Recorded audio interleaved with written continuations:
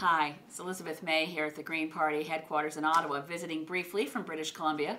I'll be heading to Mexico for the 16th Conference of the Parties under the UN Framework Convention on Climate Change.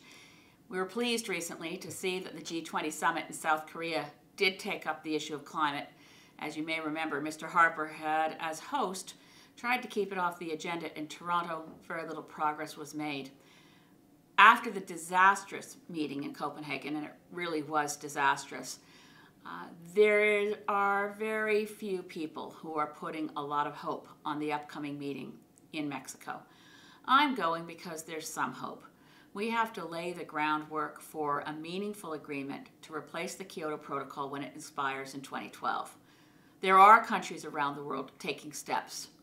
Except for Canada, every other country that ratified Kyoto has lived up to its commitments. So there's room to make progress.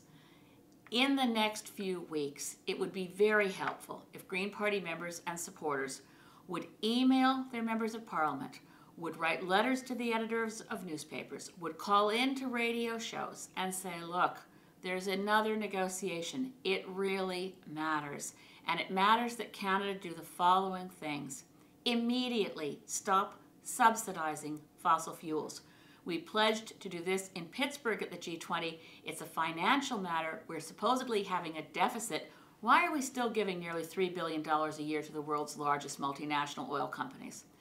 The next thing we need to do is pledge immediate commitments not to build any new coal-fired power plants, to shut down the ones we now have, and to move aggressively to help countries in the developing world move away from coal.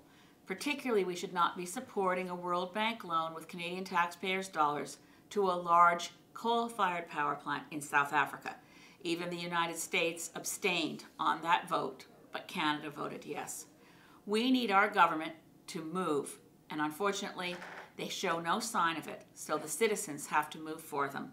These are concrete steps that make a lot of sense, and in the short term, we should all push hard for Canada to move on the climate front.